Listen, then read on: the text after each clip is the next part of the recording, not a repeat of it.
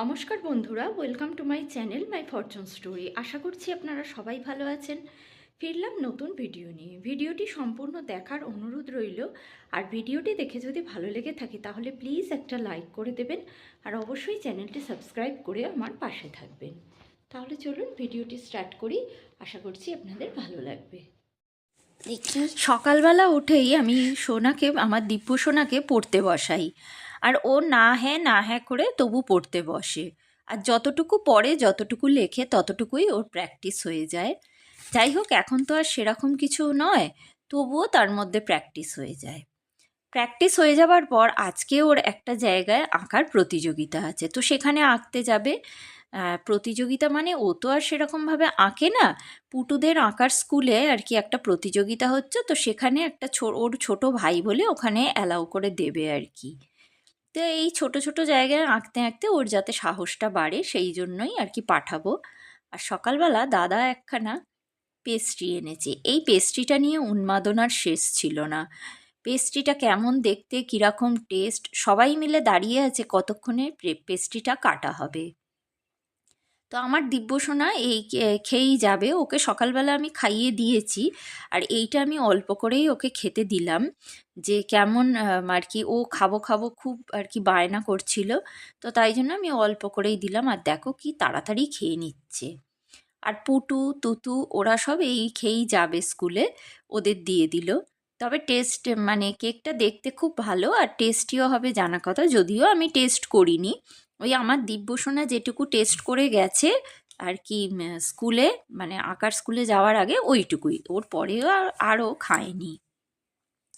তো এবার ওরা চলে গেল আঁকার স্কুলে। আঁকার স্কুল পর্যন্ত আমি গিয়েছিলাম, ওই পর্যন্ত, কারণ বাইরে থেকেই ছাড়ছিলাম। তারপরে অনেক গার্জেন বলল যান, বাচ্চা ছেলে উঠতে পারবে না ওরা। তো এই যে আঁকার স্যার সবাইকে, যে ছোট ছোট ছেলে মেয়েরা উঠতে পারে না তাদের আর কি হাত ধরে তুলে দিচ্ছে। আমি আঁকার স্কুল থেকে দিয়ে বাড়িতে চলে এসেছিলাম। বাড়িতে এসে রান্না বান্না করতে হবে আমাকে। আজকে আমি একটু অন্যরকম টাইপের রান্নার ওপর দিয়েই চালাতে চেষ্টা করেছিলাম। আজকে আমি রান্না করেছি পোলাও, আর বেগুন ভাজা, শিম ভাজা, আর কপি আলু ভাজা একসাথে। তো আমি রান্না করে নিলাম, আর ওদেরও আঁকা হয়ে গেল। তারপর ওরা চলে এলো। ওরা আর কি বেরোচ্ছিল আঁকার স্কুল থেকে, আর সেই সময় আমি গেছি এই রকম সময়। তো আঁকবার পর প্রত্যেক জায়গা থেকেই একটা না একটা কিছু তো দেয় গিফট। তো এই যে ওদের দিয়েছে আজকে এই হলদি নামের ভুজিয়া, আর এই অরেঞ্জ বিস্কুট, আর এই কেকটা। এই তিনটে ওদের দিয়েছে টিফিন হিসেবে। তো এই পেয়ে তো আমার দিব্যসোনার খুব আনন্দ। তারপরে দুপুরবেলা ওদের চান টান করিয়ে দিয়েছি আমি। চান করিয়ে দিয়ে এবার ওকে আমি খাওয়াতে নিয়ে চলে এলাম। পোলাও রান্না করেছি, আর দেখুন না তাড়াহুড়োতে পোলাওতে না আমি জলটা একটু বেশিই দিয়ে ফেলেছি। আর কি মাপ করে দেবো সেটা কিন্তু আর হয়নি। তো পোলাওতে এতটাই জল দিয়ে দিয়েছি আমি, পোলাওটা না পুরো ঘেঁটে গেছে, খিচুড়ি টাইপের হয়ে গেছে। তো যাই হোক, খেতে অ্যাজ ইউজুয়ালি টেস্ট ছিল, কিন্তু একটু ঘেঁটে গেছে। কি আর করা যাবে, যাক, আমার দিব্যসোনার পক্ষে এটা খুব সহজ, কারণ ও একটু গলা ভাত, একটু নরম ভাত না হলে খেতে পারে না। তো ওর পক্ষে এটা খুব সুবিধেজনক। ওকে একগাল দিয়ে দিলাম। ওর আসলে খুব ঘুম পেয়েছে জানেন তো, ওই জন্যই না ও খেতে চাইছে না। বলছে খুব টেস্টি হয়েছে, কিন্তু খাবে না, দুষ্টুমি শুরু করে দিয়েছে। দেখুন যতবার ওকে মুখে দিতে যাচ্ছি, একগাল দিয়েছি, আর একগাল দিচ্ছি, একবার আলু ভাজা দিয়ে দিলাম, এরপর বেগুন ভাজা দিয়ে দিচ্ছি। যতবার দিচ্ছি আর কি ততবারই ও না না করছে। তার মানে কি, আমি বুঝতে পেরে গেছি যে ওর কিন্তু ঘুম পেয়ে গেছে। ওই জন্যই ও খাবো না করছে। মানে যত দূর যা কিছু করে ওর আর আগে বিছানায় যাওয়া দরকার, মানে বিছানায় যাওয়া চাই। বিছানায় যেতে পারলেই ও ঘুমিয়ে পড়বে। তো আমিও তো ছাড়বার পাত্রী নই, আমি ওকে আগে খাওয়াবো। তো খাওয়া দাওয়া হয়ে গেছে। দেখুন খাওয়া দাওয়া হওয়ার পরেই ওর ঘুমটা কোথায় উড়ে গেছে, আর ঘুমের নাম নেই। তা এবারে আমি দাদাকে বলেছিলাম আমার ঘর থেকে ওই যে বিছানা টিছানা ওগুলো সব নামিয়ে নিতে, আলমারি বিছানা, কারণ ওর ঘরে ও শিফট করে নেবে, আর এই ঘরটা আমি আমার মতো করে গুছিয়ে রেখে যাব, কারণ আমারও তো চলে যাবার সময় এলো। তো দাদারা ওই বিছানাটাই শুধু নাবাচ্ছে। বিছানাটা ছাড়া আর কিছু নামায়নি, কারণ আলমারি টালমারি নামাতে গেলে অনেকটা জায়গার দরকার, ওর ঘরে জায়গা ক্লিয়ার করে তবেই নামাবে। তো ওগুলো নামিয়ে নেবার পর ঘরটা তো স্বাভাবিকভাবেই একটু ঝাঁট দিতে হয়, ঝাঁট-টাট দিয়ে নিয়েছি। আর দিয়ে নেবার পর এইবার আমি সব কিছুই গোছাবো। কি গোছাবো জানেন তো? এই যে আমার ছেলের আর কি পুরনো স্কুলের মানে জামাটা। আসলে কিন্তু এই জামাগুলো ওর নয়। ওর এই পুরনো স্কুলের কিন্তু আমাকে ড্রেস কিনতেই হয়নি। এই ড্রেসটা ছিল তুতুর, মানে আমার দাদার ছেলের। ও কত বছর আগে পড়েছে, কত বছর বলতে তাও বেশি নয়, ৬-৭ বছর আগে ও পড়েছিল, কিন্তু ওর ড্রেসটা অ্যাজ ইউজুয়াল আছে। আসলে কীরকম মানে যত্ন করে রাখলে পরিষ্কার পরিচ্ছন্ন আর ভালোই থাকে, সেটা পরে স্কুলে মানে যাওয়াই যায়। তো ওর দুটো শার্ট ছিল, কারণ গরমকালে লাগে দুটো শার্ট। দুটো shirt, half pant, full pant, ওর সবই ছিল, সোয়েটার, মাংকি ক্যাপ, সবই ছিল। শুধু টাইটা তো স্কুল থেকেই দিয়ে দেয়, আর স্কুল থেকে দিয়ে দিয়েছিল। তো সেই জন্য এগুলো আমি সমস্তটা গুছিয়ে রেখে দিচ্ছি। কারণ কি জানেন তো, পুরনো একটা সুখস্মৃতি না ভোলা খুব মুশকিল। পুরনো স্মৃতি যেটা, সেটা যদি খুব সুখকর হয় তাহলে সেটাকে কিন্তু রেখে দেওয়াই যায়। আর এই স্কুলে ও যথেষ্টই ভালোবাসা পেয়েছে। এক তো এই স্কুলে আমিও পড়েছিলাম, আর তারপরে আমার ছেলে, সব স্যার আন্টিরা চেনাশোনা। আর তাছাড়াও ও পড়াশুনো, মানে ওকে যেভাবে আমি করিয়েছি সেভাবে ও করে ও কিন্তু র্যাঙ্কিংয়েও ছিল। তো এই স্কুলটা থেকে আমার ছাড়াবার কিন্তু ওকে একদমই ইচ্ছা ছিল না। এই যে আমি গুছিয়ে রেখে দিলাম ওর বাবার জন্যই। ওর বাবা অন্য স্কুলে ভর্তি করাবে, বড় স্কুলে ভর্তি করাবে, এইরকম একটা আর কি ওর বাবার ইচ্ছা। তো সেই জন্যই আমি ছাড়িয়ে নিলাম। আর এই যে ওর যে সমস্ত আর কি অফিসিয়াল আর কি নথি, সেগুলো আমি সব কিছু একটা ফাইলে যত্ন করে গুছিয়ে রেখে দেব। ও যখন বড় হবে তখন ও দেখবে যে ওর স্কুলের এই সব জিনিসপত্রগুলো কি সুন্দর স্মৃতি করে রাখা আছে। স্মৃতি হিসেবে ও যখন দেখবে ওর খুব আনন্দ লাগবে। ফার্স্টেই আমি রাখলাম ওর বুক লিস্টটা, কারণ অত বই তো রাখা সম্ভব নয়, তাই জন্য বুক লিস্টটা ওর রেখে দিলাম।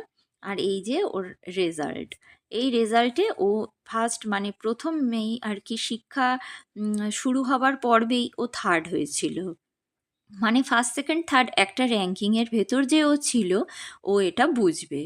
পরবর্তীকালে ও কী হবে আমি সেটা জানি না, কিন্তু প্রথম থেকে ও যে মানে মোটামুটি পড়াশোনায় ছিল সেটা ও বুঝতে পারবে। আর স্মৃতি হিসেবে প্রত্যেক ক্লাসেরই একটা করে বই কিন্তু অথবা খাতা রেখে দেওয়া উচিত। তো সেই জন্য আমি আর কি একটা ওর বই রেখে দিলাম। এই বইটা আর খাতাগুলো তো থাকবেই, দেখি কতদিন থাকে, কতদিন রাখা যায়। এই জেনারেল নলেজ বইটা রাখলাম। আর এইটা যখন ও প্রথম আর কি স্কুলে গেল তখন তো ওর আই কার্ড হয়নি, আই কার্ড হতে একটু টাইম লাগে, সেই আই কার্ডটা দিলাম।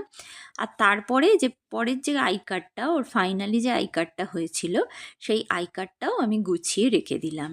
এটাও দেখবে, ওর খুব ভালো লাগবে আর কি। তো এরপরে আমি আর কি মাইনের বুকটাও আর করে রাখছি, গুছিয়ে রাখছি। প্রত্যেকটা মাসে আমার মাইনে দেওয়াও ক্লিয়ার হয়ে গেছে, আর বছরের প্রথমে যে টাকাটা দিতে হয় সেটা তো ক্লিয়ার হয়েই গেছে, সেটা দিয়েই তো ভর্তি করা হয়েছে। আর এই যে মাইনের যে রিসিভ করেছে প্রত্যেক মাসের স্লিপ, এইগুলোও আমি রেখে দিলাম। কারণ ওই তখনকার দিনের, এখন ও তো আর সারা জীবন এই একই জায়গায় থাকবে না, বড় হবে, বাজার দর বাড়বে, সব কিছু বেড়ে যাবে। ওই সময় ওর স্কুলের ফিস কত ছিল ততটা কিন্তু ও জানতে পারবে তখন, আর জেনে খুব আনন্দ হবে। এখন আমি জানতে পারি আমার স্কুলের ফিস কত ছিল, ভেবে আমার হাসি পায় যে এত কম ছিল, কিন্তু বাজার দর অনুযায়ী তখনকার দিনে কিন্তু সেই মাইনেটা ঠিকই ছিল। আর এখনও এই বাজার দর হিসেবে এই মাইনেটা ধার্য ওর স্কুলের। তো এগুলো সমস্তটাই আমি গুছিয়ে সুন্দর করে একটা ফাইলিং করে রাখলাম। এটা ওর জীবনের প্রথম স্মৃতি হিসেবে আমি রেখে দিলাম। এরপরে আর ওগুলো সব গুছিয়ে মনটা একটু খারাপও লাগছিল, সব গুছিয়ে রেখে এরপর আমি চলে এলাম এখানে আর কি চাউমিন তৈরি করতে। কারণ কি, যে সোনাই আজকে আমায় ফোন করে বলে দিয়েছিল ও পরীক্ষা দেওয়ার পর এখানে আসবে। পরীক্ষা দেওয়ার পর কি খাবে, ওর তো খিদে পাবে। তো সেই জন্য আমি একটু চাউমিন করলাম। চাউমিনটা এগ চাউমিন করেছি, আর যেভাবে আর কি দোকানে দেয় সেভাবেই আমি চাউমিন যেভাবে করি সোনাই সেভাবে খুব পছন্দ করে। কলেজ থেকে এসে পরীক্ষা দিয়ে খুবই ওর খিদে পেয়েছে, ওই জন্য একটু রিল্যাক্স করে বসছিল। আমি বললাম আগে খেয়ে নে, খেয়ে নিয়ে তারপরে বসবি। তো আসার পরেই তো খিদেটা পায়। তো ও খেয়ে নিল, ও চাউমিন খেতে পছন্দও করে।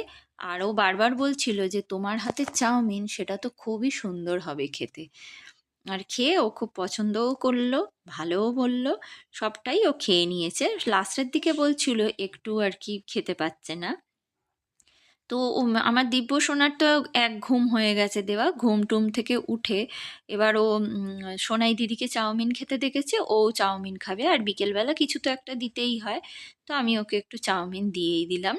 ও খাচ্ছে সোনাই দিদির সঙ্গে, আর একা হাতে খাচ্ছে আর সোনাই দিদির সাথে খাচ্ছে, ওর খুব আনন্দ হচ্ছে আর কি। আবার বলছে মাম্মা সোনাই দিদি কতদিন পর আমাদের বাড়ি এলো, কি আনন্দ হচ্ছে না। এই রকমই একটা স্মৃতি আর কি ওর মধ্যে ঘোরাফেরা করছে। আর এই যে সোনাই এবার বাড়ি চলে যাবে, কারণ ও আর কি পরীক্ষা দিয়ে, আমি বললাম দেখ চলে যেতে যখন হবে চলে যা, কারণ শীতের বেলা তো তাড়াতাড়ি অন্ধকার হয়ে আসে, আর অনেকটা আর কি পথ অতিক্রম করে যেতে হবে। আবার আমাদের এখান থেকে অটো পাওয়াও না খুব মুশকিল হয়ে যায়। তো সেই জন্য আমি বললাম দেখ অটোও তো ঠিকঠাকভাবে পাওয়া যায় না, হয়তো দাঁড়াতে হবে, হাতে সময় নিয়ে বেরোনোই ভালো। তা ও এবার চলে যাচ্ছে, বাড়িতে গিয়ে রেস্ট নেবে। আমি বললাম বাড়িতে গিয়ে রেস্ট নে, পড়াশুনো কর, যা করবি করবি, যেতে যখন হবেই ঠিক টাইমে তাড়াতাড়ি চলে যাওয়াই ভালো। তা ও চলে যাচ্ছে, আর আমার দিব্য সোনার তো মন খারাপ, ও সি অফ করতে যাচ্ছে। এইভাবে সোনাই আর কি চলে গেল। তো ও বাড়িতে গিয়ে আমাকে ফোন করে দেবে ও কখন পৌঁছালো। আর এদিকে আমি চলে এলাম, তারপরে ওর বাবা এসেছিল আর কি।